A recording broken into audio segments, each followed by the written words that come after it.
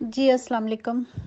मैं इन सब ख़बरों के बारे में सिर्फ़ इतना ही कहूँगी कि हर एक बात को मज़हबी रंग की तरफ ले जाते हैं और ज़ाहिर करते हैं कि इनके अहमदी होने की वजह से मुसीबत ये इनके ऊपर टूटी। हालाँकि ऐसा हरगिज़ नहीं होता, और अगर इस वाक़ये की तह तक जाएँ तो पता चलता है कि बात कुछ और थी। मज़हब की तरफ बात ले जाने का रुख़ मोड़ने की वजह ये होती है कि वो अपने आप को मज़लूम साबित करें और दुनिया की हमदर्दियाँ हासिल करें और दुनियावी फ़ायदे हासिल करें। और अब सोशल मीडिया की वजह से ये सब के सब छुपे हुए राज, एक तो मजहबी तरफ से और दूसरे के जो ये कारनामे करते रहे हैं, ये सब दुनिया के ऊपर खुल चुके हैं और एक एक करके सब वाक़यात सामने आ रहे हैं और लोगों को पता चल रहा है कि वजह कुछ और थी और बनाया कुछ और गया, और मज़हब की तरफ इनको ज़बरदस्ती खींच कर लाया गया और अपने दुनियावी फ़ायदे हासिल किए, और ये दुनियावी फ़ायदे हासिल करने के बाद एक रोब दुनिया के ऊपर डाला गया कि हम खुदाई मखलूक हैं, देखो अल्लाह ताला हमारे साथ है और अल्लाह ताला हमारी कैसे मदद कर रहा है। हालांकि इनके पीछे इनकी चालाकी थी, इस चालाकी की वजह से इन्होंने ये सब कुछ किया और उसमें कामयाब हुए। लेकिन अभी ये जो इनको कामयाबियां हासिल हुई हैं, ये सारी कामयाबियां इनकी मुंह के बल गिर रही हैं, और अभी पता चल गया है सारी दुनिया को कि ये क्या चीज़ थे और क्या जाहिर करते रहे। लेकिन अभी ये जो इनको कामयाबियां हासिल हुई हैं, ये सारी कामयाबियां इनकी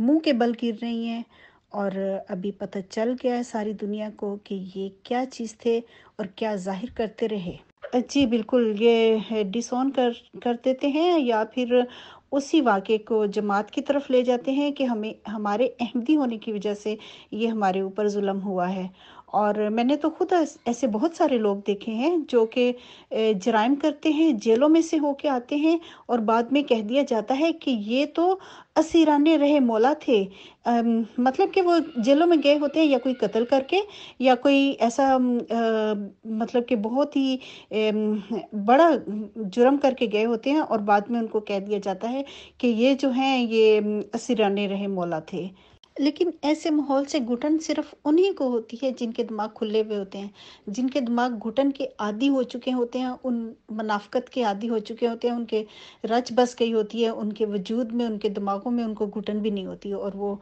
उसमें खुश होते हैं। जी, मुनाफ़िक़ का लेबल उन्हीं लोगों के ऊपर लगाते हैं कि जिनका दिमाग खुला हुआ होता है, और फिर वो कोशिश करते हैं कि वो वही बात करें कि जो वो कह रहे हैं, यानी कि हमारी ही बात करें, हमारे ही नक्शे कदम पे चलें, जैसा हम चाहते हैं, जैसी हम बात करते हैं, ये वैसी ही मुनाफ़िक़त से बात करें। और जो उनके ख़िलाफ़ कोई बात करता है, ख़िलाफ़ से मतलब कि उनके ऑपोज़िट कोई बात करता है, तो वो उनसे बर्दाश्त नहीं होती। और जब तक इनके ओहदेदारों के सामने अपनी नज़रें नीची करके, अपना सर झुका के, इनकी नक्शे कदम पे इनके चलते रहेंगे, तो ये समझेंगे कि ये बहुत अच्छा है, ये बहुत अच्छा इंसान है।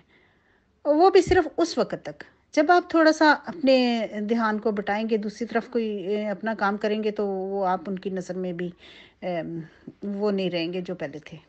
इसका ताल्लुक मिर्ज़ा मसरूर के साथ नहीं बल्कि खिलाफत के साथ है, और खिलाफत के साथ ज़हनी ग़ुलामी के साथ इस बात का ताल्लुक है। जैसे कि सारे के सारे अहमदी ज़हनी ग़ुलाम हैं, इसी तरह से ये निदा भी ज़हनी ग़ुलाम है। और दूसरी बड़ी वजह है कि ये कि चूँकि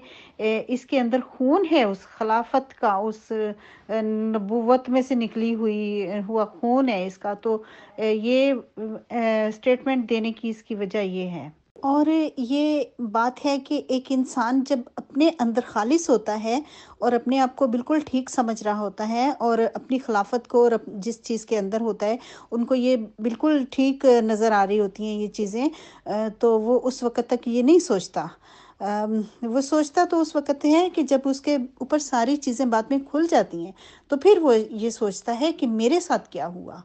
जैसे कि मेरे साथ मुझे 10 साल तक जमात से निकाल दिया गया था, तो मैं ये सोचती थी नहीं, हुज़ूर का कोई कसूर नहीं है, उन्होंने कुछ नहीं किया, ये तो कानून उन्होंने बनाया हुआ ना, तो उनके कानून का कसूर है। ये मैं ये भी नहीं कहती थी कानून का कसूर है, मैं ये कहती थी कि मेरी शादी जो क्योंकि गैर-अहमदी में हुई है, इसलिए मेरा ही कसूर है, मेरे वालिदैन का कसूर है या मेरा कसूर है। मैं भी ये नहीं समझती थी कि ये मतलब कि जमात का कसूर है। तो इसी तरह होता है, ये सब जो ज़हनी गुलाम होते हैं ना ہماری جیسے جیسے کہ میں بھی تھی، تو یہ اسی طرح سے سوچتے ہیں۔ اور ندا کا اس سٹیٹمنٹ کا دینا اور یہ کہنا کہ